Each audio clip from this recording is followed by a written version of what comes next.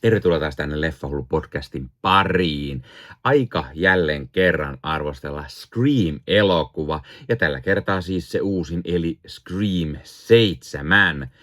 Edelliset 6 osaa onkin arvosteltu kanavalla, joten kannattaa käydä katsomassa, jos haluat kuulla mietteitä näistä aiemmista osista. En käynyt tätä 7. osaa katsomassa teatterissa jostain syystä, mutta nyt se oli tullut digitaalisesti vuokrattavaksi, joten päätin siihen heti tarttua. Olen aina pitänyt Scream-elokuvista, ja ensimmäiset 2 Scream-elokuvaa onkin todennäköisesti niin ensimmäiset kauhuleffat, mitä olen aikanaan nähnyt. Mutta miten tämä 7. osa sitten toimii? Onko meno jo latistunut? Oliko mukavaa nähdä Sidney jälleen kerran mukana, hänen skipattua edellinen osa, tai miltä muuten tämä vaikutti? Näihin haetaan vastauksia arvostelussa, mutta totta kai täytyy ensin mainita, että hei, jos katsot YouTuben puolelta, pistä peukkua, jos tykkäät tästä, pistä kanava tilaukseen, muistutukset kellosta päälle näet aina, koska tulee uutta sisältöä. Kanavan tilaaminen on ilmaista sinulle, mutta se auttaa todella paljon minua sekä kanavaa, eli iso kiitos kaikille, jotka olette kanavan tilaajia. Jos haluat lisää auttaa kanavaa, niin Leffahullu YouTube-kanavan jäseneksi voi liittyä. Jäsenet muun muassa näkee videoita ennakkoon, saavat nimensä johonkin päin videoon sekä sitten jakson kuvauksiin. Ja näin voit näyttää, että olet kanavan jäsen, kanavan tukija, ja todella iso kiitos kaikille kanavan jäsenille. Nyt arvosteluun. Eli Scream 7.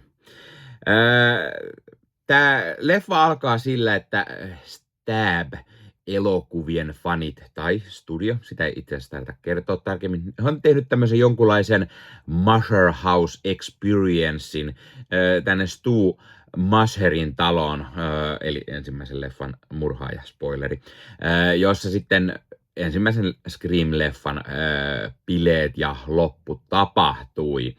No toki sitten 2 nuorta menee tähän taloon ihailemaan tätä. He ovat Stab-elokuvasarjan faneja, vähän katsomaan sitä menoa ja mitä siellä tapahtuu. Ja yllätys, Ghostface astuu sitten mukaan kuvaan.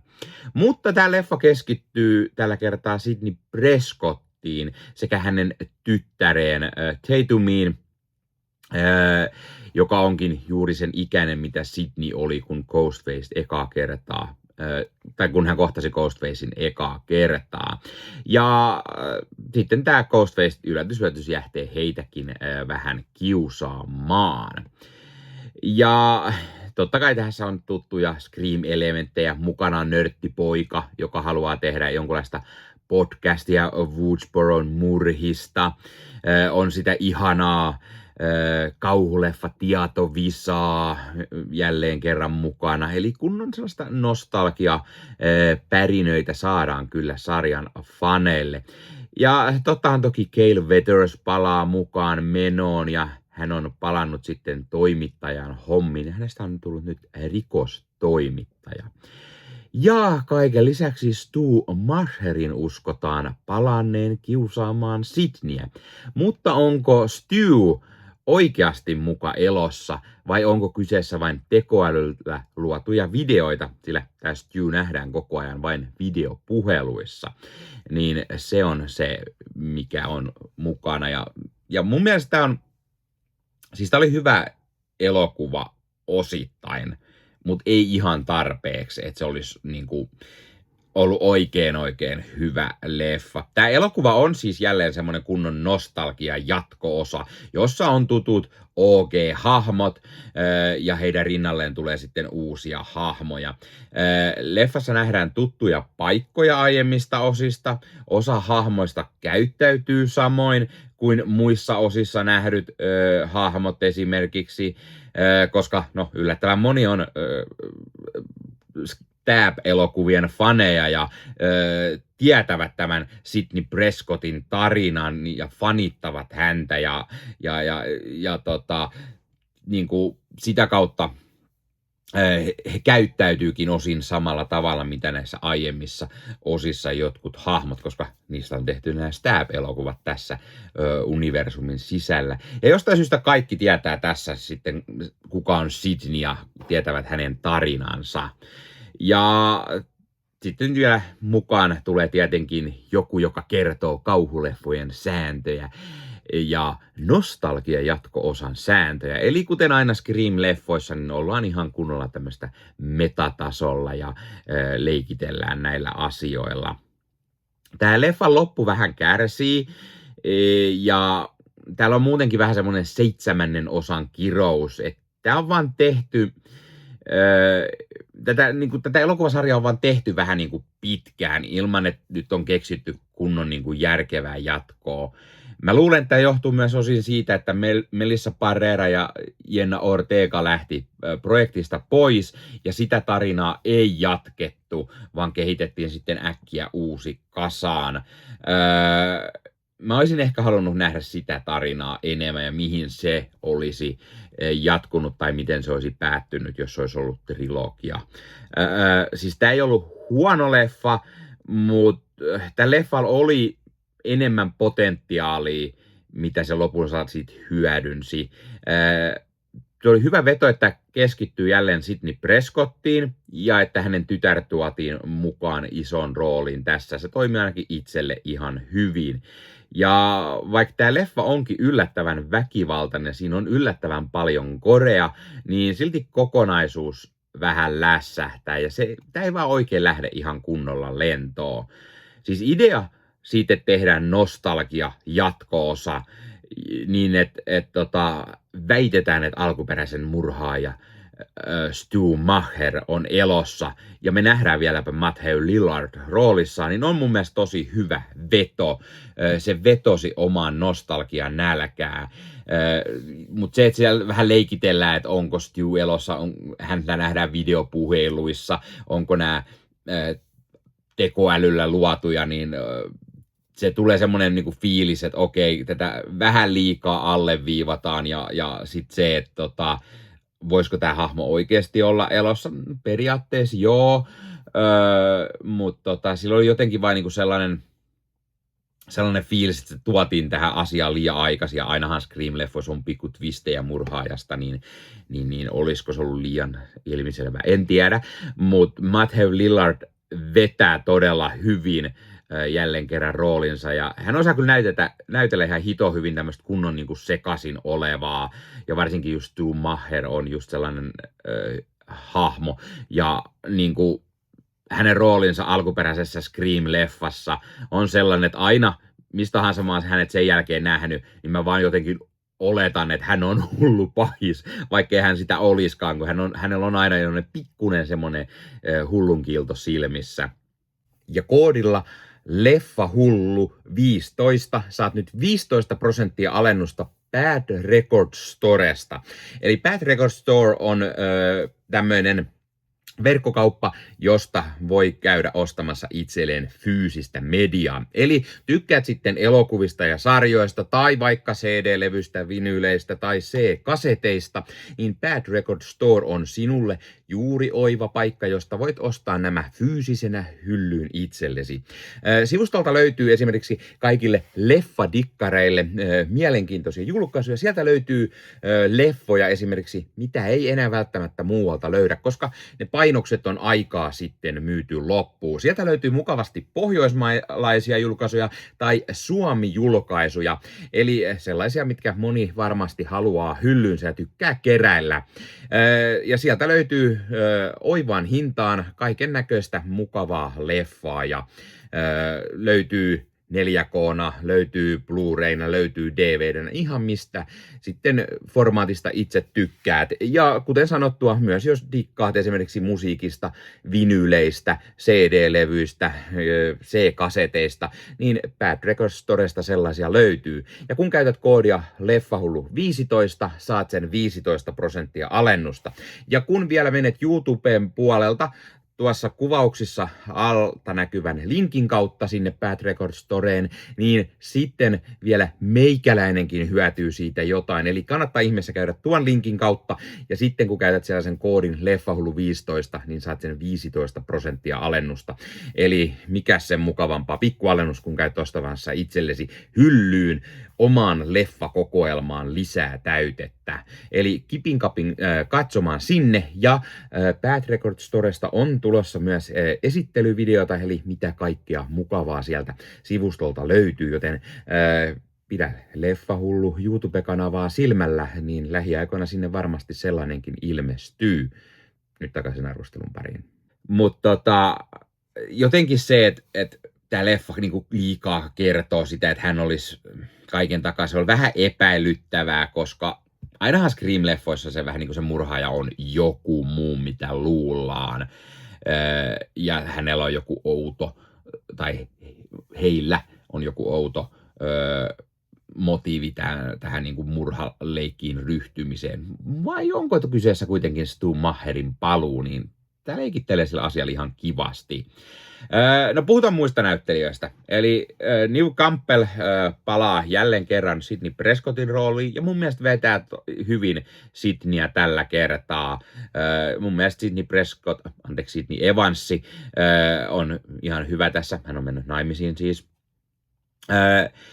Jotenkin se, miten hän on kasvanut teinistä tällaiseksi selviytyjäksi, tämmöiseksi kovemman luokan muijaksi, on ihan hyvä kehityskaari. Ja se, että hahmolla on nyt oma tytär, joka joutuu myös Ghostfacein piinaamaksi, niin on varsin hyvä lisä.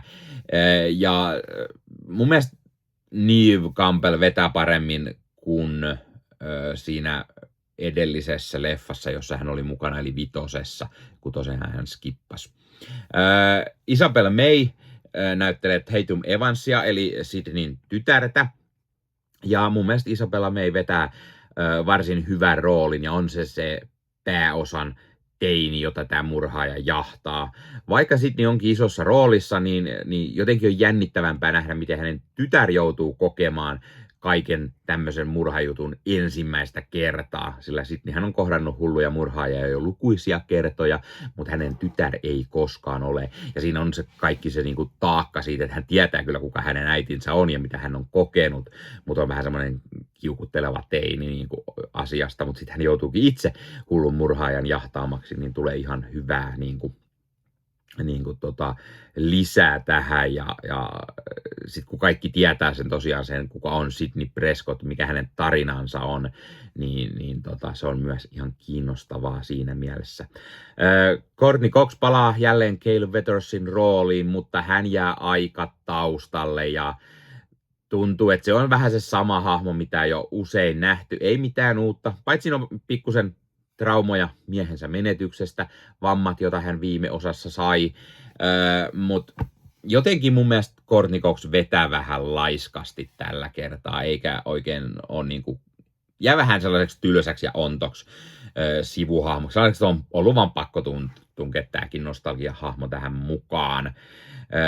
Ja kaikki ne Galen, että hän menetti miehensä ja vammat, mitä hän sai viimeksi, niin ne on vaan asioita, mitä mainitaan ohimennen. Pikkusen sivuun heitetään koko asia, ja niihin ei oikeastaan sen enempää syvennytä.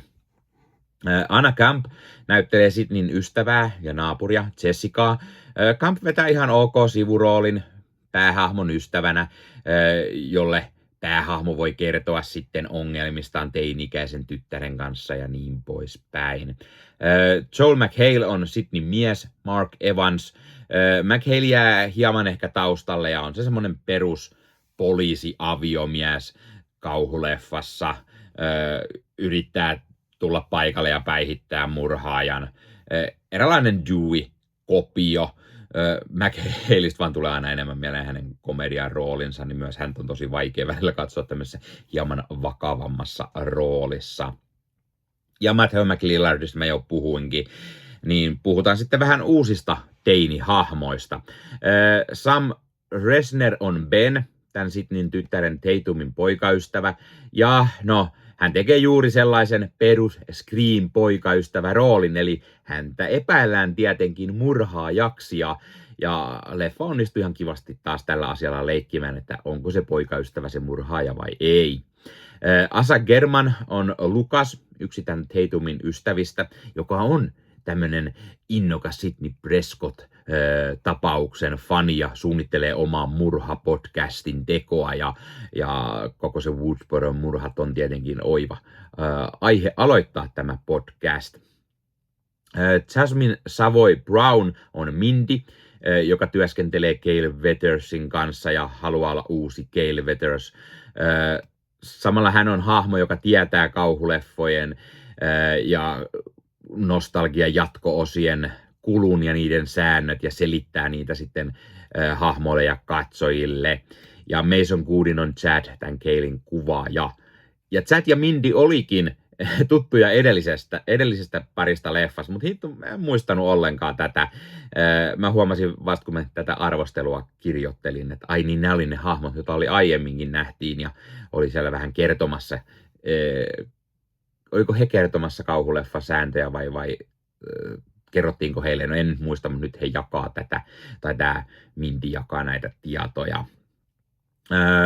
McKenna Grace näyttelee Hannahia, Tatumin yhtä kaveria, joka on samassa näytelmässä Tatumin kanssa. Eli Tatum, kuten äitinsä Sidney, on tämmöisessä jossain koulun teatterikerhossa näyttelemässä, ja saadaan myös siitä semmoista pientä nostalgiapärinää. Celeste O'Connor on Chloe, jälleen yksi Tatumin kavereista, ja Roger L. Jackson on The Voice, eli Ghostfacein ääni puhelimessa, mitä hän on ollut kaikissa Scream-leffoissa, ja miten mahtavan ikoninen tuo ääni onkaan. Hello Sidney, what is your favorite scary movie? Toimii todella mahtavasti jälleen kerran. Tämän elokuvan on ohjannut Kevin Williamson, joka onkin kirjoittanut ne alkuperäisen Scream-leffan sekä itse asiassa alkuperäisen Tiedä mitä teit viime kesänä elokuvat. Williamson on ohjannut entuudestaan vain yhden leffan, ja senkin vuonna 1999. Ja jotenkin mun mielestä tässä niin kuin näkyy se, että hän ei ole kauhean niin kuin ohjaaja, vaan enemmänkin just käsikirjoittaja, sillä hän on myös käsikirjoittanut tämän leffan. Tai hän on käsikirjoittanut sen yhdessä Guy Busiekin ja James Vanderbiltin kanssa. Vanderbilt on luonut siis tarinan, ja Williamson ja Busiek sitten tehnyt siitä sen kässäriin. Ja Vanderbilttihän on työskennellyt myös aiemmissa osissa, kirjoitti ne 2 edellistä osaa. Tässä leffassa oli muutamia yllättäviä kuolemia, tyylikkäitä kuolinkohtauksia, yllättävän paljon korea, mutta hitto vielä vähän semmonen just liian ennalta arvattava, tai ainakin itse näen useita asioita ennakkoon. Vaikka jotkut asiat ehkä hetkellisesti yllättää, niin kyllä se hetken päästä niin tajuu, että okei, elokuva vaan johdattaa katsojaa vähän väärille raiteille, ja kohta tulee uusi twisti sitten, joka tämän aiemman kumoaa, aivan kuten aiemmissakin Scream-elokuvissa niin usein on käynyt.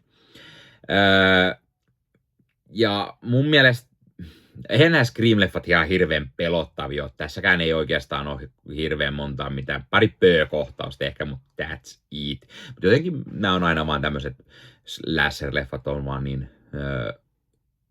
hyviä. Mä jotenkin aina tykkään niistä, ja Scream on itselle todella nostalginen elokuvasarja.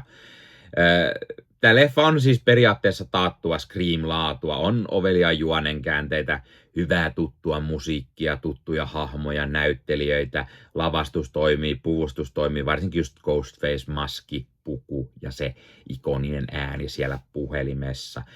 Kaiken kaikkiaan tämä puri hyvin niin kuin nostalgiaa, mutta tämä ei vaan oikein niin kuin täysin toimi leffana. Ja edelliset 2, tai no ainakin se 5 on selkeästi tätä parempi. Ehkä myös se 6. osa. Tämä jäi vähän keskinkertaiseksi ja lässähtää loppua kohden. Kässäri vaan ei ihan kunnolla toimi, ja mun mielestä se, että Williamson ei ole mikään järin hyvä ohjaaja, ja jos ohjaa yhden leffan kerran 25 6-7 vuoteen, niin ei myöskään lupaa kauhean hyvää, varsinkin jos oot selkeästi käsikirjoittaja etkä ohjaaja. Mä myös mietin, että olisiko nyt hyvä hetki pitää semmonen pikku paussi Scream-leffoissa ennen seuraavaa osaa, mutta näin tuskin käy, koska tämä elokuva on itse asiassa menestynyt parhaiten tässä elokuvasarjassa. Se on tienannut eniten lippuluukulla, joten voi olla, että sitä jatkoa sitten pusketaan sieltä nopeasti ulos. Kaiken kaikkiaan ihan semmoinen ok leffa, sellainen 7/10 varmaan antaisin arvosanaksi, eli ihan ok hyvä. Jos tykkäät tästä leffasarjasta, niin varmaan tämänkin haluat nähdä. Laita kommentti, onko sä nähnyt tämän leffan? Mitä mieltä sä oot tästä? Oletko sä tämän elokuvasarjan fani? Mikä on sun mielestä paras Scream jatko-osista? Tai mikä on kaikkien aikojen paras kauhuleffan jatko-osa? Laita kommentteja ja jos haluat tosiaan kuulla niitä mietteitä aiemmista Scream-leffoista, niin meikäläisen kanavalta löytyy kaikkien aiemman Scream-leffan arvostelut, joten kannattaa käydä katsomassa nekin. Ja sitten totta kai täytyy mainita, että ota Leffahullu somekanavat haltuun ja ei muuta kuin ensi kertaa. Moro!